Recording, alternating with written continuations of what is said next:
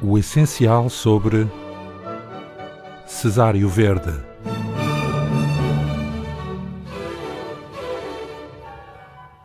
José Joaquim Cesário Verde nasceu em plena Baixa Lisboeta a 25 de fevereiro de 1855, dia litúrgico de São Cesário, sendo óbvia a responsabilidade do santo no nome do menino. Os seus pais, José Anastácio Verde e Maria da Piedade dos Santos, eram um casal abastado ligado ao comércio retalhista de ferragens. Eram donos de uma loja na Rua dos Fanqueiros. Cesário era o primeiro filho varão do casal e descendia pela via paterna de João Maria Verde, um imigrante genovês. Mandava o destino que o menino, de acordo com a tradição e os contextos familiares, se dedicasse ao comércio na loja paterna, o que a seu tempo pontualmente viria a acontecer. A família Verde veria crescer a sua fortuna pela herança da quinta de Linda a Pastora, que pertencera ao tio de José Anastácio, o abastado João Batista Verde, retratado pelo pintor Domingos Sequeira. Assim, a Cesário Verde se lhe abriram os caminhos do comércio das ferragens e da exploração agrícola da quinta familiar. Foi nesse sentido que se orientaram os projetos familiares e, naturalmente, a educação do pequeno Cesário. Aos 10 anos foi aprovado no exame de instrução primária. Terá depois aprendido línguas estrangeiras, inglês e francês, e rudimentos de comércio, em alguns colégios de Lisboa. Aos 17 anos, inicia pontualmente a carreira na loja paterna, de certo com um horário apertado. O pai patrão era homem de costumes e princípios severos, e de então até o final da sua vida breve, morreria com 31 anos, Cesário não foi profissional senão do comércio, sob a experimentada e vigilante batuta do Sr. José Anastácio Verde. Quanto à poesia, seria essa a sua fundamental e mais ou menos oculta vocação, ainda que as atividades comerciais não deixassem de aumentar com os anos e com a experiência. 1874. Hoje é dia santo e disponho de tempo. 1875. Escrevo-te sobre uma secretária comercial cheia de papéis, de livros, de notas. 1876. Escrever-te no silêncio do meu quarto. Vou para casa cheio de sono e aborrecimento. Não iria escrever-te nessa ocasião. Escrevo-te, sabes de onde? Da loja. Já vês que me romantizas. Aqui estão testemunhos epistolares bem claros acerca do peso na vida de Cesário da sua diuturna profissão. Também na sua poesia, as atividades de comerciante e de lavrador deixaram marcas indeléveis. À procura da libra e do shilling, eu andava abstrato e sem que visse que o teu alvor romântico de Miss te obrigava a morrer antes de mim. Hoje eu sei quanto custam a criar as cepas, desde que eu as podo e empo. O campo não é um passatempo, com bucolismos, roxinóis e luar.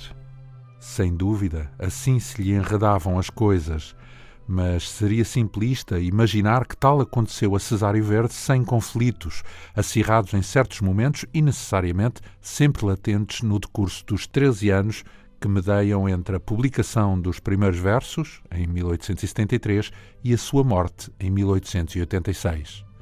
Um desses conflitos entre o ofício cotidiano e a secreta vocação terá ocorrido pelos 18 anos, quando Cesário, embora como aluno voluntário, se matriculou no curso superior de letras. É possível que o elo para o curso tenha sido João Araújo, ex-noivo da falecida irmã de Cesário e seu colega nessa experiência académica. Aí conviveu com o brasileiro Luís Andrade e, sobretudo, com Silva Pinto. O meu amigo, para a vida e para a morte. O curso não teve seguimento, nem qualquer efeito visível, quer na sua vida, quer na sua obra, mas serviu a Cesário Verde de respirador cultural e de experiência de liberdade criadora. Nas longas conversas e discussões com colegas, especialmente com Silva Pinto, Cesário fez a sua outra educação em termos políticos, culturais e literários. Republicano, agnóstico e discípulo da Livre Escola de Coimbra, Cesário Verde procurou assumir-se mediante a expressão poética, a qual, devido aos cuidados de amigos, logo se tornou pública em Lisboa e no Porto. Na capital, Eduardo Coelho, antigo caixeiro na loja da família Verde e agora diretor do Diário de Notícias, revela 3 poesias de Cesário Verde, tinha ele 18 anos. Ao longo de 1874, Cesário dá-se a conhecer em 15 composições, a maior parte publicadas em periódicos portuenses, prometendo para breve um livro, Cânticos do Realismo, projeto que não chegou a efetivar-se. Um batismo poético que assumiu aspectos de escândalo público, provocando-lhe problemas de ordem familiar e profissional. Ramalho Ortigão, com quem mais tarde terá relações corretas, fustiga-o em As Farpas, exigindo-lhe que seja menos verde e mais Cesário. Fialho Gouveia, que depois o admiraria, arranha-o também.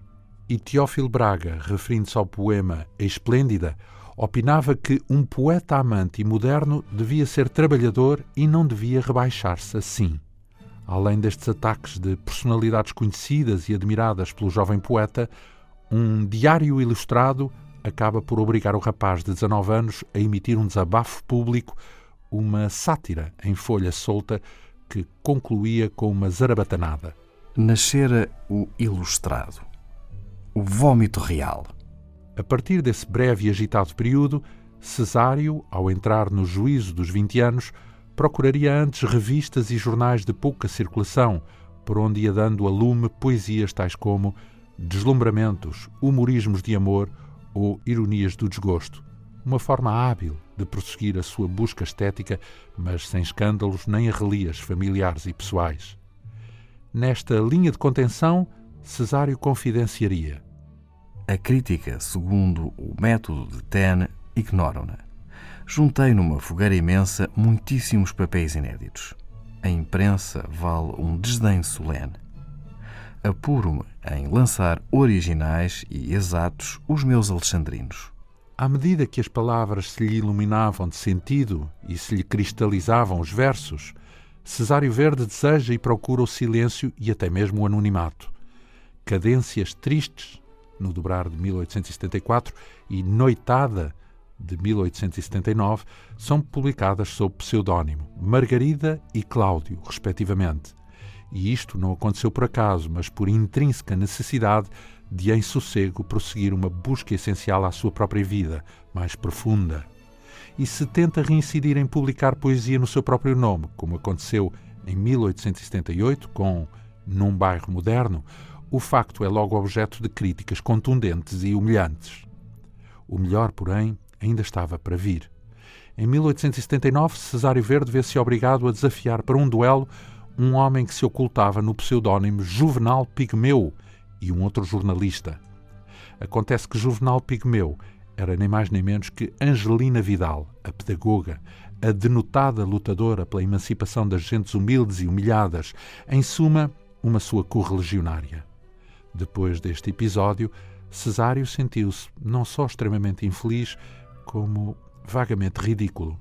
Foge, uma vez mais, de Lisboa para publicar no Porto, em 1880, O Sentimento de um Ocidental, a sua obra-prima.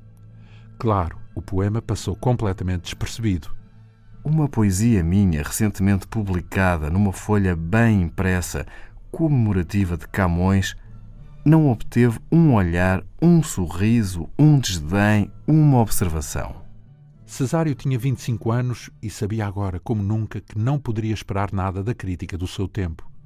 Pouco depois lança-se à composição de Nós, a sua última grande poesia. Publicá-la-ia em dezembro de 1884, com 29 anos.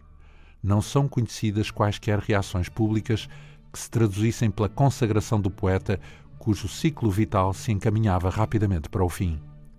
Com exceção dos anos 1873-74, Cesário Verde foi um poeta quase confidencial, apenas entendido, e só até certo ponto, por alguns amigos fiéis. Quanto ao mais, vivia as aparências de uma vida pacata de burguês abastado e diligente. A partir de 1877, Cesário Verde começa a queixar-se de falta de saúde. Agora trago sempre no pescoço umas escrófulas que se alastram, que se multiplicam depressa. Não sei se é resultado sifilítico, se o que é. Assim, como não prestar atenção ao escorrer do tempo? O tempo, esse cancro enorme que lhe devorara uma irmã com 19 anos e um irmão com 24. Esse cancro tinha agora Cesário na sua mira. Mesmo no seu período dionisíaco, a morte era já em Cesário uma visão no horizonte. Eu passo tão calado como a morte nesta velha cidade tão sombria, chorando aflitamente a minha sorte e perlibando o cálice da agonia. Depois, em 1875, impõe-se-lhe O sossegado espectro angélico da morte. e, no momento mais alto da sua criação, em 1880, exclama: Se eu não morresse nunca e eternamente buscasse e conseguisse a perfeição das coisas. E em Nós, poema da sua burguesa saga familiar, Cesário Verde confidencia: Eu que por vezes tenho o desprazer de refletir no túmulo e medito no eterno, incognoscível infinito que as ideias não podem abranger. A tuberculose que lhe ceifara os irmãos instalara-se também nos pulmões do poeta comerciante que, em 1883, fizera a sua única viagem ao estrangeiro, mais precisamente a Paris e a Bordeaux, para tratar da exportação de vinhos portugueses. Em maio de 1886, o médico Sousa Martins informava Silva Pinto que o poeta Cesário Verde estava irremediavelmente perdido.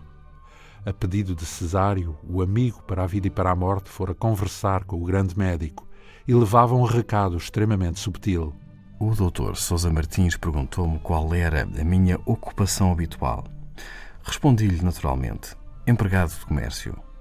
Depois ele referiu-se à minha vida trabalhosa que me distraía. Ora, meu querido amigo, o que te peço é que, conversando com o Dr. Sousa Martins, lhe dês a perceber que eu não sou o Sr. Verde, empregado de comércio. Eu não posso bem explicar-te, mas a tua amizade compreende os meus escrúpulos, sim? Claro que Silva Pinto compreendera perfeitamente e a seu modo o recado. Talvez Cesário desejasse ter dito: Eu não sou o Sr. Verde, empregado de comércio. Sou um poeta a debater-se com a morte, a qual, como objeto em si, cantei nos meus versos. Agora, porém, ela é agente e transporta-me nos seus braços para o abismo. Cerca de 2 meses depois, a 19 de julho, pelas 5 da manhã, com 31 anos, Cesário Verde morre. As suas últimas palavras, recolhidas pelo irmão Jorge, foram pouco exemplares. Não quero nada. Deixa-me dormir. Silva Pinto intuiu que a morte de Cesário era como que um advento. Logo, uma semana após a morte do amigo, Silva Pinto tornou público que, dias antes da morte do poeta, concebera o projeto de edição das suas poesias e que, de modo nenhum, cederia ao outro a honra e a responsabilidade desse trabalho. A promessa foi exemplarmente cumprida. Em abril de 1887, o livro de Cesário Verde, publicado por Silva Pinto numa edição de 200 exemplares, era distribuído por amigos e parentes. Em boa hora o fez, pois a poesia de Cesário Verde, o poeta da cidade, viria a revelar-se decisiva e de valor incalculável na fundação da modernidade literária portuguesa. E eu sigo, como as linhas de uma pauta, a dupla correnteza augusta das fachadas, pois sobem no silêncio, infaustas e trinadas, as notas pastoris de uma longínqua flauta. Se eu não morresse nunca e eternamente buscasse e conseguisse a perfeição das coisas. O programa de hoje teve por base o livro O Essencial sobre Cesário Verde, de autoria de Joel Serrão, realização de Tânia Pinto Ribeiro, leitura de João Almeida e André Pinto. O Essencial sobre, um programa da imprensa nacional em parceria com a Antena 2.